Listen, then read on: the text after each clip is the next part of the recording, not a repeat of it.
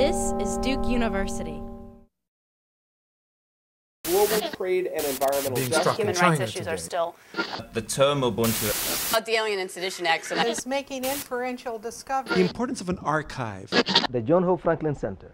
We're here in the gallery at the John Hope Franklin Center in Durham, North Carolina. I'm Anthony Neal, and this afternoon we'll be joined by the artist Hank Willis Thomas as he talks about his work and his impact in the art world. This is Left of Black, and I'm Anthony Neal.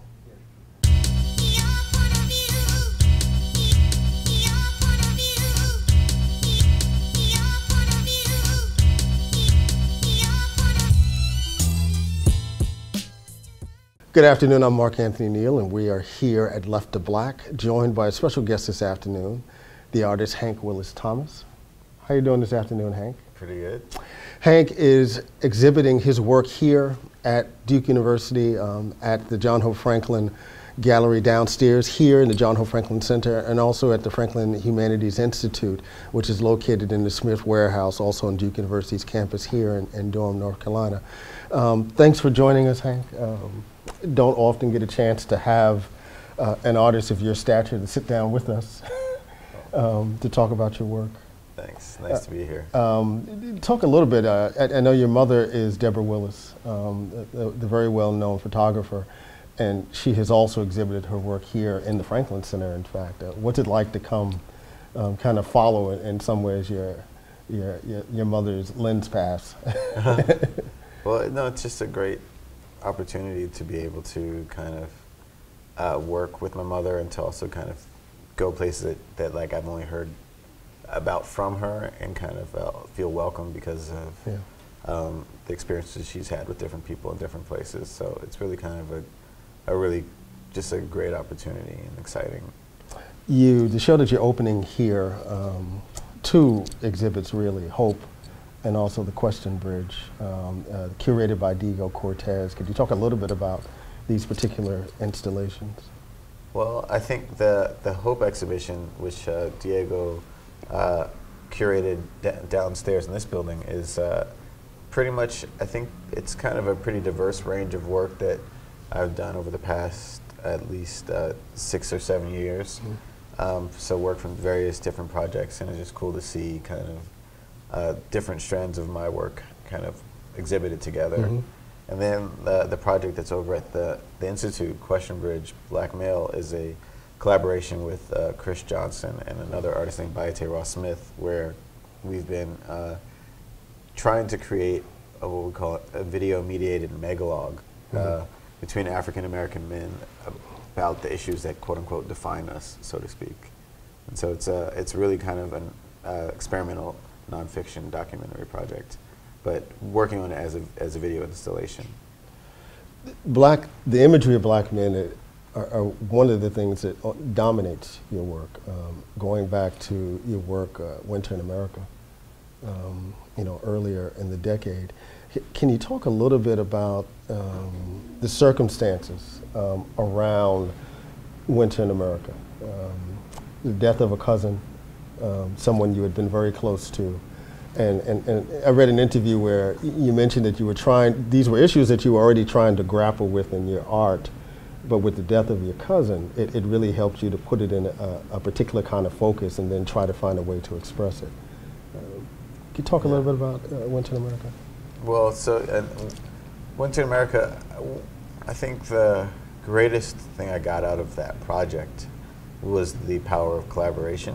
Mm-hmm. And that was also collaboration with another artist named Kambuyo Lajimi. Mm-hmm. And basically, it's a stop motion animation film that's only 4 minutes, where we tried to use we used the G.I. Joe action figures that I played with as a child to tell the last 5 minutes of my cousin's life as was told to me by the guys he was with that night.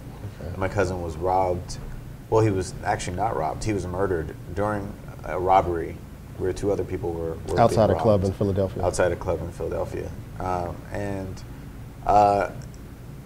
There's so many words that you could describe, senseless violence, some people say wrong place, wrong time. But one of the things that really resonated with me when it happened was that one of our roommates at the time, because we lived together, but we were living in New York and he was in Philadelphia visiting my grandmother, he said, all we knew was that Sunga was killed outside of a club in Philadelphia over a chain, and we knew that he didn't really wear expensive jewelry.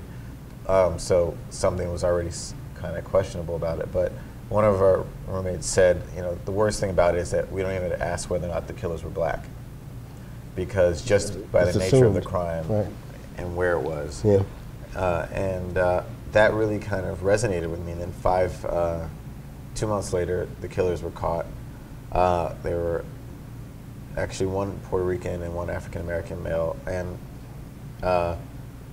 they were caught, again, killing someone else during another robbery. And it struck me as just sad that, like, how my roommate Seth's words were almost prophetic in this way, and that the guys who did it were so young. And almost like barely out of childhood themselves. And then I was at a store, and I saw the G.I. Joe figures that I used to play with, and I saw, and one of them, it said on the box for children ages 5 and up, but then he had like a laser and a machete and a machine gun, and I was really surprised that it said, for children ages 5 and up, and because it brought back all these good memories of killing when I was a kid, and so I had this complicated experience of like, wait, why was I so early in my life being able to like create these scenarios? And so we thought that like using these toys and using this goofy format of stop motion animation to tell a serious story would be kind of really profound.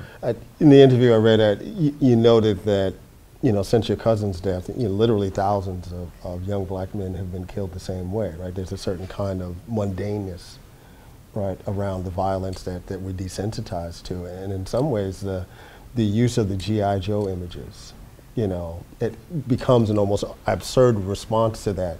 But in that way, it actually makes us more sensitive to the violence that's occurring within that context.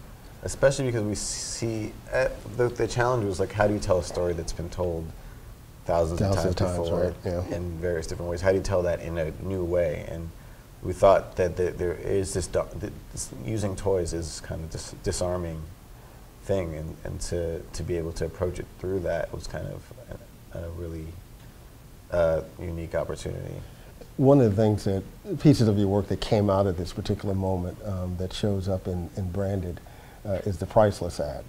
The photo of your family at your cousin's funeral. But yet it's branded in this way that we've recognized in terms of, MasterCard ads, over the last couple of years. I mean, talk about that for, because it seems interesting that, there might be folks who would say, well, why would you even exploit your family's grief within that context? But I think part of the broader comment that you're making is that these corporations, through branding, are already involved and engaged in a process of exploitation, right? You're just offering comment in some ways.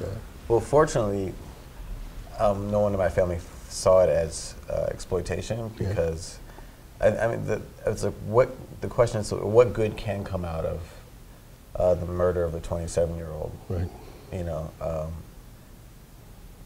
got you. I think this idea of trying to figure out, I mean, to tell the story and maybe slightly or greatly affect other people's lives, or shed light on something, is definitely like seen as, if anything, positive, because nothing's going to bring them back. That's it. But that being said, for my own internal question of like, there is this question of, should I put this out there, and is it okay? And at some point, when does he get to rest in peace? And because when you make art, theoretically, it's going to be around for probably longer than I'm around. If people appreciate it, and you wonder what gets lost in translation throughout the years. But I really think of my cousin as a symbol of so many just people all over the world who are murdered, and this way in which, especially, I'm fascinated with American traditions that have all become commercial ventures. With the piece you're talking about, Priceless. The final line is picking the perfect casket for your son, priceless. And it came out of that experience of being in a funeral home with my family and watching them well, you know, they're like, we can have the $2,500 casket, you can buy the $5,000 casket and the $7,000 casket, and there's this unspoken thing that, you know, you love can't them put more price, right? You can't if put you a price buy on the that. Yeah. Most, if you, Yeah. you can't afford to love them Yeah. enough if you buy the smaller one or the cheaper one, and so there's this, and either way it was going to go on a credit card, and so Right. there's this Yeah. way in which, you know, there's a presentation of you got to buy a new suit and all these things that really I was just fascinated with, because how commerce has kind of played into our ability to kind of have real emotions around things. Yeah. I'm Anthony Neal. This is Left of Black. We are joined here this afternoon with Willis Thomas, the artist, talking about your work over the last decade or so, and of course your two exhibitions here at Duke University, Hope and the Question Bridge Black Male. When I think of your work and attempt to put your work in conversation with some of your contemporaries, the names that immediately come to mind are Kara Walker, Michael Ray Charles, and you're all doing very different things, right? Kara obviously with the silhouette pieces and the way that Michael Ray has used what I want to call Sambo art. But it's all art that is speaking very specifically to an African-American experience and offering comment on the absurdity of that experience on some level. And you know, it's most brilliantly expressed in your work, in your series of work, Branded, and then Unbranded, which is a little bit more lighthearted. And then of course, Rebranded. I showed pieces of Branded to my undergraduate class a few days ago. And I think, you know, some of their immediate responses was like, this is overkill, right? I can't. And I mean, this is forcing me to think really too deeply about these relationships between black bodies as commodified, black bodies as things to be bought and sold, and how some black bodies are only visible when they're in relationship with these hegemonous brands, you know, like Nike in this particular case. I mean, talk a little bit about your process and your thinking in terms of what you did with Branded in particular. Okay, well, at the time that I started that project, it was around, I think around 2001, and I definitely was familiar with Kara Walker's work and really fascinated with the punch of that work, and probably a few years later became more familiar with Michael Ray Charles's work. But I was really fascinated with I was reading a book called Michael Jordan and a New Global Capitalism. And I was just fascinated with some of the stories about kind of the likelihood of like a black male getting into the NBA was like 1 in 135,000. Right. But yet and still so many people spend a great amount of time and energy doing that. And then I was thinking about the NCAA and the NBA draft and thinking about how these descendants of slaves bodies are literally traded on markets, especially in the NCAA, to work for free for a multi-million-dollar industry, and kind of how, and here probably on the same land. Right. So there's this real kind of fascinating kind of correlation, and then thinking about working on the field, in the football field, you know, and all of these ways in which team sport players' bodies are examined and characteristics are examined the same way that most of their ancestors who were slaves were. And so I wanted to figure out how to illustrate that, and I started thinking about how advertising is this ubiquitous global language, and how I could use that language to talk about other things, because it's always a one-way conversation. They're always talking to us, but I realized more and more people should be able to figure out how to use that language to talk back. Right. And I mean, that's the thing that's remarkable, I think, about the work that you did with that, is that the pictures really do speak back. You know, it's like you know, giving these images, these flat images, a voice that they don't have, that really speaks back to their own commodification and exploitation. Yeah. Part of the thing that's fascinating, though, is at the time when I made the work, that was 2003. This one specific one I have in mind called the Basketball and Chain. Yes. I was thinking, I was like, well, how will this image ever be read if there's ever a black president? And I was like, well, that's not going to happen for another 30, 40 years, so I don't really have to worry about it. And so there is this way in which I do think there's a different reading of the work Post 2008. Post 2008, because although Obama made sure that people knew that basketball was a part of his identity, there is this way in which we do see, increasingly with Eric Holder as well, at least other images of, and even on CNN, a secession of kind of black. Middle of the road black men, yeah, right? On so, at the middle of the day, yeah. Yeah, and so you wake up with them. So it's like I feel like there is this surprising amount of shift, but obviously the trend is the same. So I'm really kind of fascinated with how this piece will be talked about. And that's been already 8 years, but it'll be interesting in another decade how it'll be looked at. You're watching Left of Black. I'm Mark Anthony Neal. We're here with Hank Willis Thomas, the artist, talking in particular at this moment about his work, Branded. One of the things I think is interesting about Branded, if we think about a kind of political economy of black stereotypes, we go back 40 years ago, and the reason why the stereotypes struck us in the way they do is because there weren't a wider range of images to contrast them. And I find it interesting that even in 2011, 20 years after Cosby, 15 years after Colin Powell, Barack Obama moment, that some stereotypes still move African American people the same way as if it was still 1945. And there was a smaller pool of images to compare and contrast. I say all this to ask, what has been the response from African American viewers of your artwork? And again, I'm thinking about it in the context of the two peers that I just mentioned, Carol Walker and Michael Ray Charles, who've gotten very visceral responses, right, and negative responses from black audiences about their artwork. Well, I had the great benefit of coming after them. So it's like, I don't want to do that. I don't want to do that. And I think one of the benefits of my work really is that so far, wish me luck, because who knows if I'll be able to be making work that people find interesting in another 10 years, because that's what's fascinating about both Michael Ray Charles and Carol Walker, is that people have become more interested and more amenable to their work as their careers going on. Yeah, and so hopefully, people will engage with my work as well. But I find that primarily, both black and white audiences at least speak about the work, and even Asian and Latino audiences speak about the work in a very similar way, because we've now, especially in the United States, everyone has BET.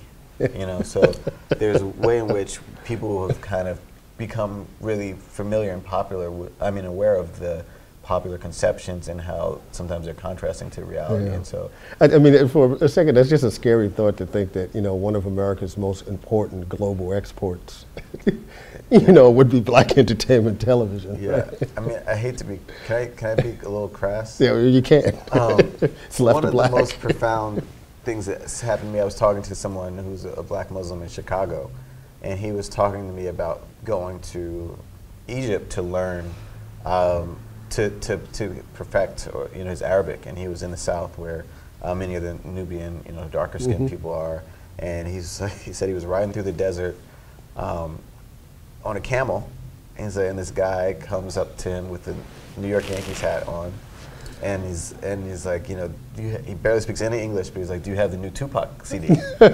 and he's just like, he's like, I'm on a camel in the desert. Why do I? He's like, I must have the Tupac. I need a Tupac. He's like, and that's when it hit me. Niggas in America have black people all across the world acting a fool. And I was really fascinated with. That sounds like a future work for you to think. Because even the fact that he made the term niggas in America have black people all over the world. There is this way in which we have become the prodigal sons of Africa in a sense, and where we're exporting this distorted version of what black identity is back to the continent and invading it in a certain way. And so I'm really fascinated with how you go there, and I was just in Senegal, and I was there for 2 weeks. No, for only a week, but in Dakar, and I saw literally 5 women who didn't have a wig or a weave. Not extensions, but a wig or a weave. And I really think that has a lot to do with the Beyonce effect. Yeah. And it was just fascinating that I mean, long, like down to here, like, you know, hair, and it's just on really beautiful people who you wonder, like, am I thinking they're beautiful because of their appropriation of Western values of beauty, or am I thinking they're beautiful because they are? Right. And so I'm really, it's a huge digression, but I'm fascinated with that. I'm worried even with my own work, now that it's been able to exhibit in other parts of the world, how it kind of is exporting this African American agenda to Europe and to different parts of Africa. You know, it's interesting because, you know, literally just a few days ago, the Huffington Post announced that it's going to do a joint venture with the ex-wife of Bob Johnson, Sheila Johnson, around this product that's called Global Black. Right, you know, it's going to be aligned with the Huffington Post, but it's Global Black, and the description of it is like the world from an African American perspective, right? And immediately people kind of push back, you know, if it's Global Black, why are we talking about an African American perspective? But I think your comments highlight to the fact, to the extent that even now, for literal Global Blacks, I mean, everything is still seen through the filter of commodified African American popular culture. Yeah. I mean, it's just scary that the descendants of slaves are telling people who've had a consistent relationship, right, how to be black. Yeah. So Unbranded is not as serious as Branded, and you mentioned that was part of what you wanted to do, to kind of loosen the reins a little bit. I was struck by some of the ads, and again, going through this with my undergraduate class, because, you know, they have so much data thrown towards them. I mean, they have more access to information than any other generation of folks ever. I mean, unprecedented amounts of information, primarily digital. But there's not a long back catalog in their brains. You know, so I'm looking at the picture of Joe Frazier, and, you know, blank stares from them. Richard Roundtree, you know, and what looks like something that might have been even a pre-Shaft moment. Right. You know, in his career. Yeah. What kind of ads were you looking for? And for the audience who haven't seen, you know, Hank's exhibition on Unbranded, I mean, he takes his advertising from the late 60s, early 70s, right, when there's just explosion of black advertising, right, in response to, you know, what's happening in the civil rights movement. Corporate America's realization that black people spend money too, you know, which in some way was the real civil rights movement. And so you pull all the text, right, so that we're just left with these pictures, and asking the audience to kind of comment on, you know, what's there once we get rid of some of the text. Yeah. So, the actual title of the series is called Unbranded Reflections in Black by Corporate America from 1968 to 2008. Okay. So it really, and I took 2 ads for every year from 1968 to 2008, and in a sense tried to track changes, blackness in the corporate eye over the course of these 40 years, which I chose 1968 because I thought it was the symbolic end of the civil rights movement with the assassination of Martin Luther King and Robert Kennedy. But then I just chose 2008 because that would be like this 40th anniversary, not knowing that it would be a year of black president. Right. So it's kind of bookended by these 2 kind of monumentous moments. Fortunate, yeah. And yeah, fortunate. And so what was fascinating, I really was just curious, like, we look at ads, kind of like what you were saying earlier, we look at ads today and I'm like, okay, maybe that's racist, you know, and then I look at, and I was wondering, well, we know that in the up until the 50s, almost every ad that featured an African American was probably racist in mainstream society. And so I was thinking about kind of when that might have stopped. You know, that's when people noticed that black people probably had money, or started to have money. And I was really just interested, if you looked at 2 ads over every year, like, would you be able to see any trends, any differences? And the fact that with the branded work, I felt like people were looking at it as kind of my idea, which I really felt like I was responding to kind of the zeitgeist and conversations at the time. Whereas this, no one can say I own these pictures because these the imagination of corporate America. Right, and also they reflect the hopes and dreams for a society at a given moment. So in a way, I'm almost absolved of being able to judge. I mean, that's why I chose 2, because at least it's a little bit more objective. And I really I tried to find images that were provocative, but also images that were just representing of everyday life that I could find over the course of these 40 years. And so You did the same kind of thing with Black is Beautiful. You know, growing up, in some ways the only reason to read a Jet magazine, you know, because there's not a whole lot of content, you know, there, and a lot of it is fluff. But in some ways the only reason to read the Jet magazine was to go to the middle and see the beauty of the week. Yeah. And so you decided, you know, to do an exhibition where we have all of these photos, you know, from the early days of Jet magazine until fairly recent, and again to kind of offer comment. You know, have these pictures been limiting in our views of Black women's beauty and physicality?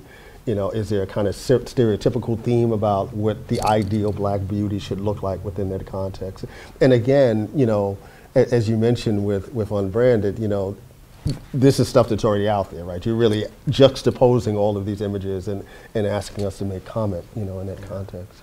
I forgot to give a shout out to the Center for Documentary Studies, which published me in a book, Here, do. 25 under 25 up-and-coming photographers, American photographers.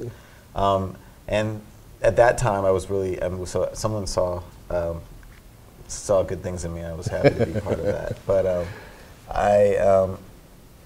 at that time, I was really heavily invested in trying to be a photographer, and a good photographer.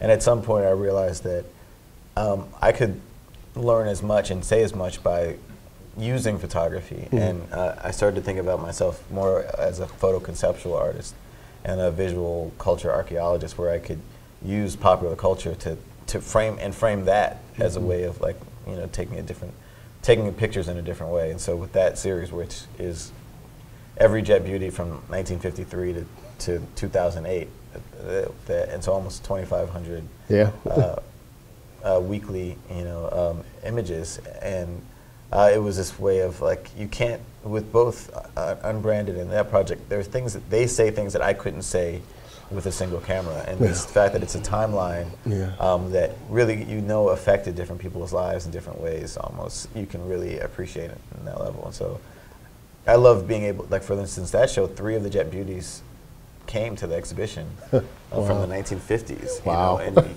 you know, people talking to me about kind of, that's the first time I saw a woman, you know, in a bathing suit, or people saying this is what made me feel beautiful. And all of these ways in which that piece, to me, I was fascinated with kind of this weekly chronicalization, because when we think about news magazines or is it weekly? It's kind of it's a lifestyle magazine, I guess, Jet magazine. I guess you could call it that.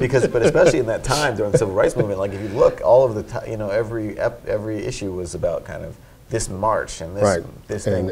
And the weekly Black music charts and what's hot on this Black radio station. And you can feel the momentum. But what's interesting is that also every week was the beauty of the week, and there's this unspoken thing of that's part of the reason that people were subscribing or buying the thing. I mean, there's a way that Jet magazine is almost Black social media before there's social media. Really, in terms of its ability and need to speak to a wide breadth of Black audiences, you know, around common themes. Right, but what's fascinating is that, like, because you think the Civil Rights Movement caught its stride during one of those years, and that the women's liberation movement caught its stride during one of those years. And all of these other, you know, integration, and, you know, our current president was born one of these weeks, and all of these ways in which, like, you could look at any specific week and mark it, but by this kind of image of, you know, basically a woman being objectified for her body. But and I should step back and say that project was really influenced by my mother's second to last book, which is called Posing Beauty. Where in the essay from it, she talks about how magazines like The Crisis and also Ebony and Jet had this kind of agenda that came through this. There was this, you know, the Voice and the beauty pageants, where people wanted to really figure out how can you. My mother, she says, you know, talks about how basically prior, especially in the 19th century, it was political to say that one was Black and beautiful.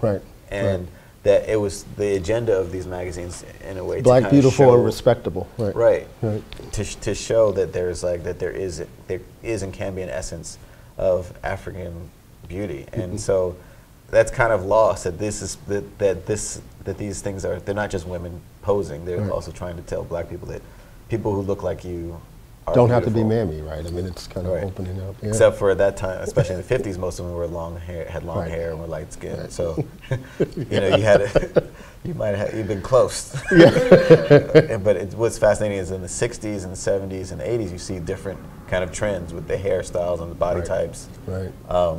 That kind of go through. And I mean, I still have trouble with this whole notion of beauty in general, but I'm fascinated with what's put forth as a positioning on what can be seen as beautiful. You're watching Left to Back. I'm Mark Anthony Neal. We're here with the artist Hank Willis Thomas. One of the first times I really became familiar with your work, I teach a class with the hip-hop producer Ninth Wonder called Sampling Soul. And we think about sampling as a metaphoric process, artistic process, not just in music, but a range of other things. And we spent a great amount of time in the class talking about intellectual property issues. And it seems that your work, like what we've seen with the best of hip hop production, it seems to be a generational moment, going back to theoretical terms like bricolage and things like that, where, folks are so much willing to kind of pull from all these various spaces to create something and articulate their own artistic statement using all of these other materials other than themselves. I wonder what you think your work might have been like, before the moment of hip hop. If Hank Willis Thomas is not born in 1976 but is born in 1946 and wants to be an artist, what does that look like, without the kind of, I would argue, conceptual freedom that we've seen, post-hip-hop? Well, I mean, there's David Hammonds, I guess, who's an artist probably born, maybe he was born 1939, I'm guessing.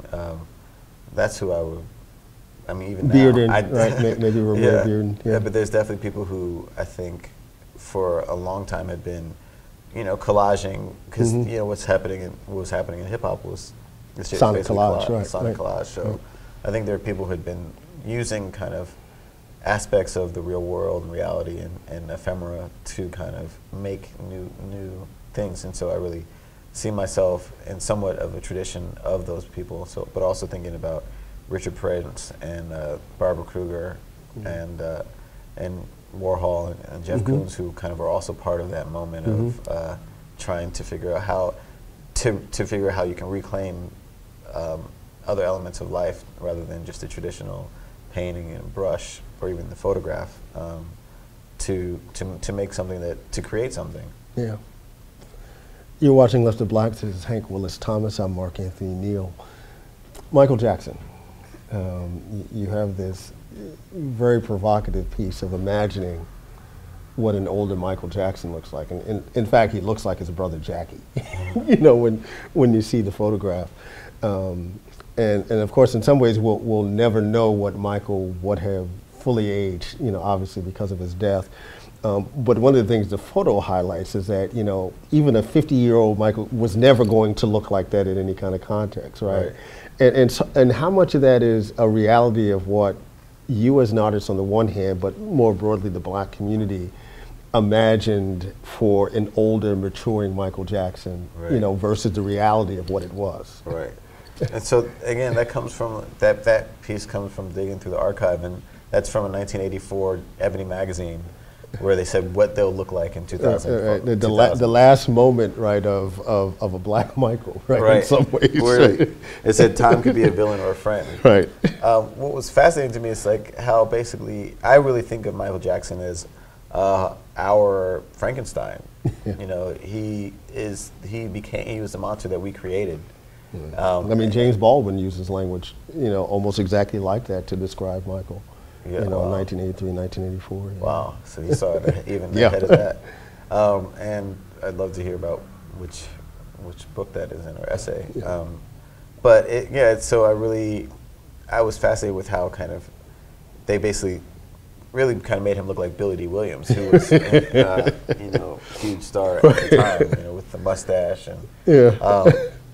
and the phrase "time could be a villain or a friend" was part of that story. One of the things that I find interesting is that we can say, look at this article or look at this essay, but when you call something art, you can just put a frame around and call it art. Yeah. All of a sudden, it has it's imbued with a different kind of weight that we can ponder things and approach them in a very open-minded way. Whereas when we look at it as a historical document, we're almost looking at it as fact and in almost a closed way. And I'm really fascinated with how you can reimagine. You can, you look at it, okay, like we look at it like that's not Michael Jackson, but it is, and how can, and why did he die looking the way he did? Right. And I personally surmise that basically that when he saw himself in the mirror, he saw, an African American male. And when you think about where hip hop was at the time, and also most of the popular images of black men, save it was Michael Jackson and Prince, but then you had like Mr. T, and you had these over really kind of, especially in the '80s, these really kind of gruff representations of black masculinity that he was never going to be able to live up to. And with his best friends being Diana Ross and Elizabeth Taylor, I felt like he was like, how can I be someone that everybody can love? And I think either psychologically or physically, he kind of morphed himself into something that he thought people might be able to love. And I think that's looking like a white woman. I mean, it's really fascinating to look at Michael. I end up having a lot of conversations about his physicality with my 8-year-old, who even before his death decided that she was going to become this really big Michael Jackson fan, devoured the music videos, listened to a lot of the songs. She has not seen this particular photo of Michael, and I'm curious because she's always asking me about when did he become white. I mean, it's literally language that she uses, and it's interesting because even in the Unbranded piece that you do, I'm not sure it's not the Unbranded, it's the other piece where you pull out the text of black women in advertising. A fair warning. A fair warning, and she picks up on the images of Iman. And which she knows because of the Michael Jackson video. And she had an interesting response to those images in the sense that she was like, that's me. I mean, that was her immediate response. That, without the text being there, she saw a piece of herself, at least, in the imagery. Well, I think, and you guys might call me crazy, but I really think that Michael Jackson doesn't get enough credit for his role in the fall of communism.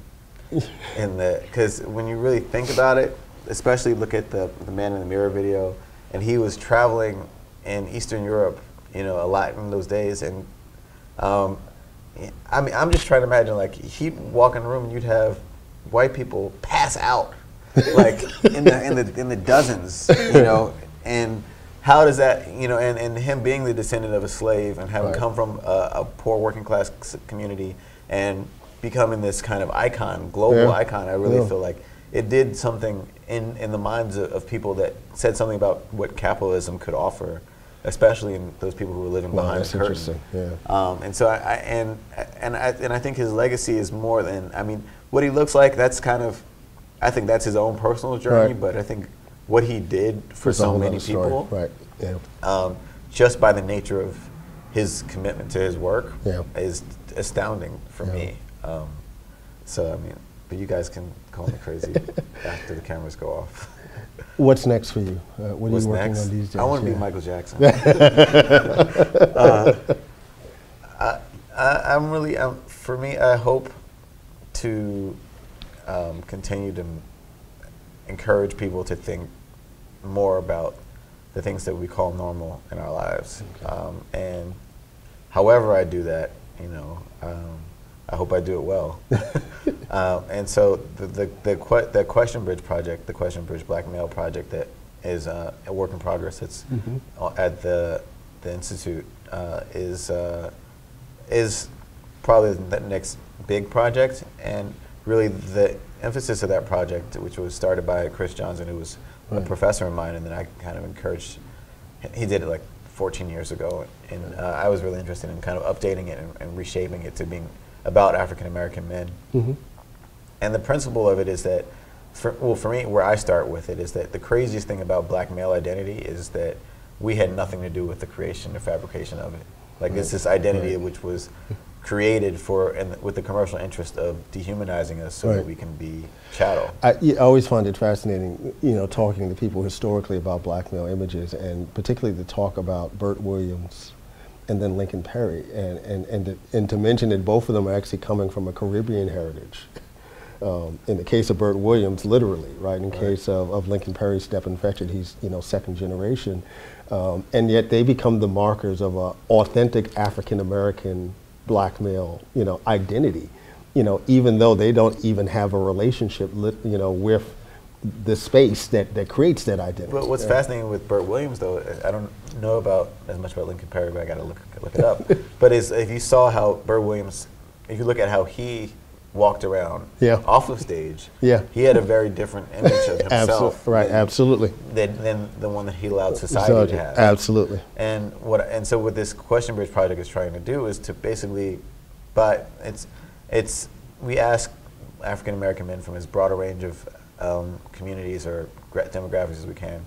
Do you have a question that you've always wanted to ask any other black male? Wow.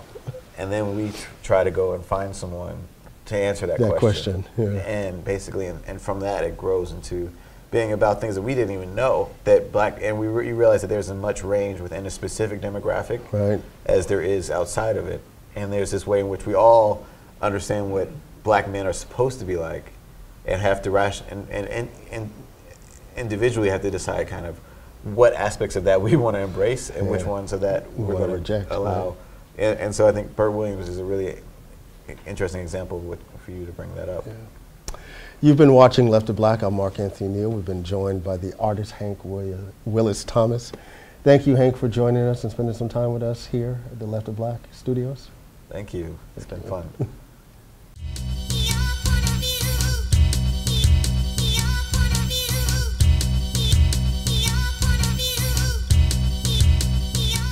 This is Mark Anthony Neal, Left of Black. We're here with Hank Willis Thomas doing a walkthrough of his exhibition here in the art gallery, the first floor of the John Hope Franklin Center here at Duke University. This particular photo here, which is from your Branded series. Yes. Can you talk a little bit, Scarred Chest? Talk a little bit about it. So with that piece, I was called Scarred Chest, and I was thinking about how slaves were, branded as a sign of ownership, and how today so many of us kind of are adorned with brands and think of ourselves as related to brands, and as far as our values or the way we're validated in society. I was also thinking somewhat about scarification and this way of kind of adorning the body with certain symbols to transform it into kind of a beautiful or desirable object.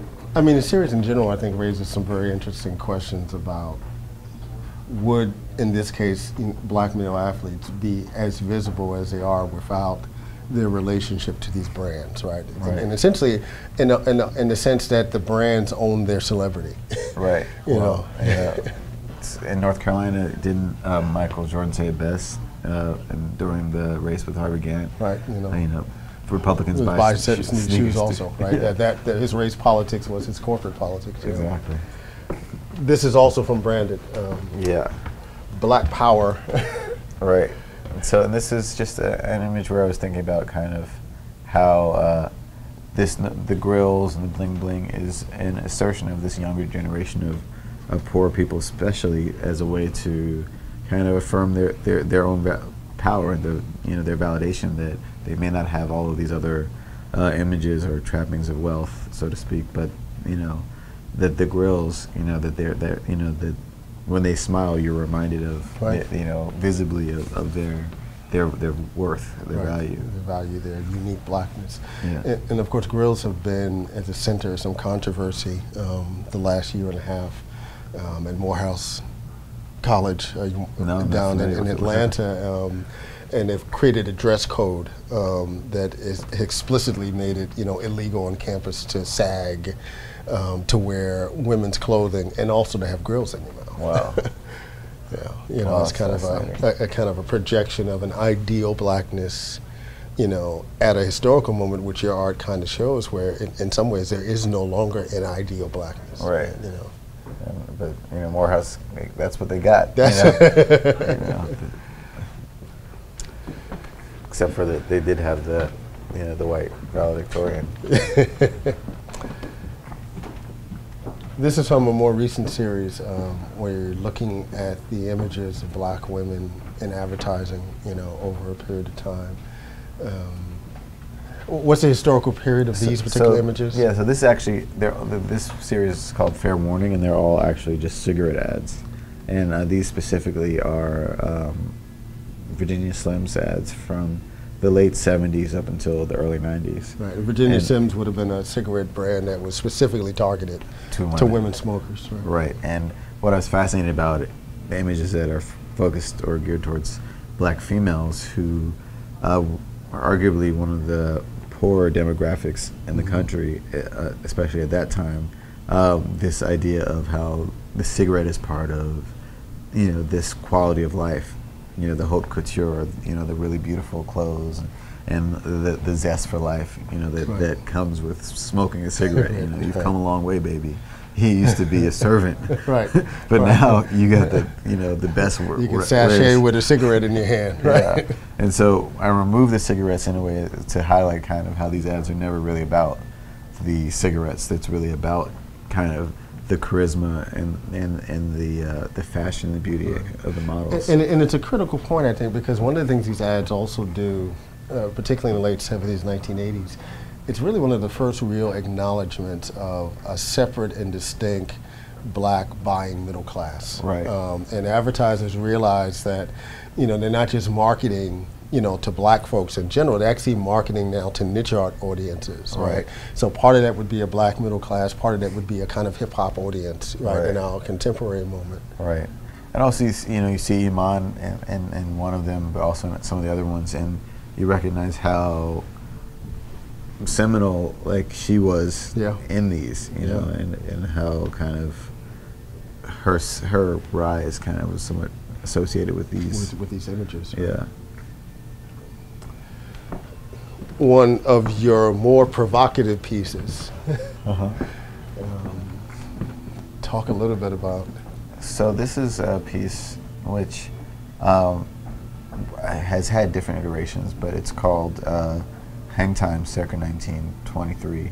And it was really kind of the first piece actually in the Branded series, although I never quote unquote realized it until much later.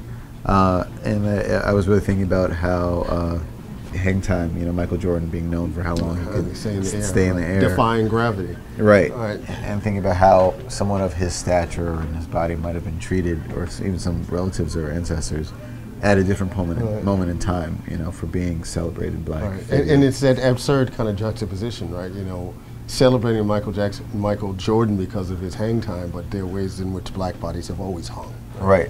Yeah. So it's this kind of rethinking of like hang time as, you know, in a different way than we kind of. Yeah.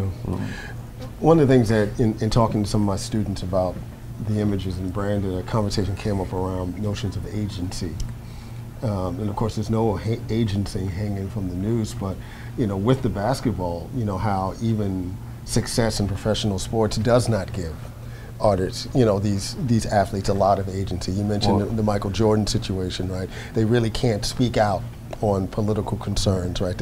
It's all about what agents and the NBA, you know, even their dress code and things like that. Well, it's pretty fascinating because, you know, when you think about what the role of the black athlete, you know, was, you know, especially in the 60s and 70s, as these kind of ambassadors, you know, these first people who can really integrate and Ali, Bill Russell, right, Lou Alcindor, they all had a political, you know, strong political beliefs. And now that the money's gotten so good, you know, people they might have their political beliefs, but really kind of reserve them for kind of things that happen in the background. And it's fascinating that you have these millionaires who are somewhat muzzled. Right. What Bill Rhoden called them, you know, $40 million slaves. Yeah. And so then this is another one from that series where. Now, what year was this done? The image is from 1972. Because it you know, it looks like it could be something that you would see even in the hip hop moment. Yeah, with the bling and things like that. It's been, and so the text is from actually a Cool cigarette ad. This is the pictures from Winston, and I was really fascinated with the language with the Cool. They had this really, because it's, you know, more towards a black male, and it's like believe it, definitely. It shows like these really strong words of affirmation. Yeah, and fascinating when you look at the ad, like the way that she's looking at him, you know, and what, you know, it's not really, again, it's not at all about the cigarette. It's not all about the product. It's about kind of this essence that he has that he can apparently only have when it, you know, he has the cigarette, which is really, of course, when you think about what cigarettes actually do to the body. Yeah. You know, it's pretty, you know, nefarious, I'd say. Absolutely. And so then this series, this is a collaboration with a group of friends called Calls Collective that we did in 2007 for, it was commissioned by the Oakland International Airport. Okay. And we were asked to, we proposed to basically take a portrait of Oakland, you know, through this mosaic of videos as a way to kind of show that community isn't just necessarily people who we define as our community, people who look like us or speak like us but a or live range near us. And diverse. Right, well, because, you know, there's people whose lives we intersect with on a daily basis who we don't necessarily recognize that we have shared values, shared things in common, and so wanting to kind of do that literally by walking up to total strangers and taking these 30-second video portraits and juxtaposing them kind of was really kind of a different way, at least from my perspective as one of the artists on the team, to talk about framing, which is what all of my work is about, is how just through juxtaposition you can start to recognize things that we think as disparate, you know, are really somewhat in alignment. Right. So, and it's also just kind of fun. It's nice to look at, you know. Some of my other work, sometimes it's cool, but you don't necessarily want to look at it all the time. You want to loosen it up just a little bit. Yeah. So. And then this is from Rebranded, right? It's from one of the more recent series called Rebranded, and so the picture on the left is from a 1940 ad for fertilizer, and the one on the right is for a Fair Trade tea leaf ad from 2008. And what I was fascinated with is how these two images taken 70 years apart are virtually identical. Right. Though this one is ostensibly supposed to be more progressive. Right. Because now, but you won't see any images of black people working in the field like that now. And so, because now that it's politically incorrect to show African Americans in this light, it's totally fine to show, you know, other folks people in the exactly the same way. And it's this, and the text, it didn't just grow by itself. It's, you know, this woman's like saying, you know, forgive me, it's the fertilizer that makes the cotton grow. Right. You know, and there's this idea of like that this woman is somehow supposed to be happy that, you know, she's working, you know, in the hot sun with a basket strapped to her head, so that we can have the best coffee possible. Yeah, you know, and for a couple extra dollars. You know, so there's like this way in which, you know, although there's progress, there's also ways in which we're not making as strong leaps as we think we are. Right. And so then the title piece for the show is Hope, and this lenticular print, as you walk past it, it changes from saying hope, hopeful, hopeless. Right. And I was really just fascinated with how words kind of can take on, you know, just, you know, with the different suffix can just have such, the weight of it and the power of the word can change so radically. And how there is the way in which there's almost like a pendulum, you know, in which way that we relate to hope. And also I was fascinated with how the term hope, not only thinking about John Hope Franklin, but also about how it's become a branded word. Like you can't say hope too loud without thinking of Barack Obama. Right. And how it's become part of that marketing of new meaning, new branding, right. And so like now like hope is a commercial or political term, you know, word. You can almost hear his political opponents going, no, this is a new brand of hope, that we're selling. I mean, it's pretty brilliant. Like nobody else can say, right. I'm going to bring it's hope. So connected, it's so connected to Obama, right? Yeah. And so I'm at least for another 20 years. Right.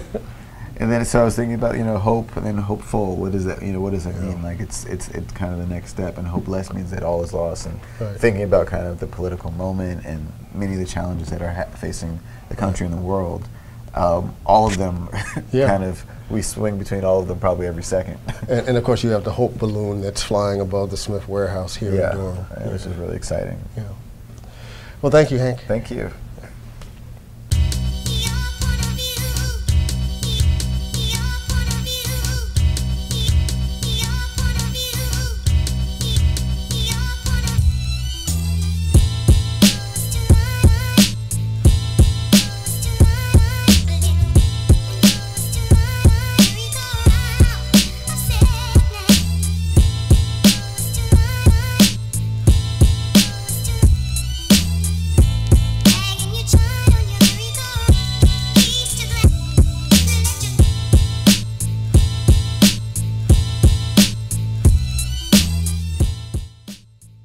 produced by Duke University, online at duke.edu.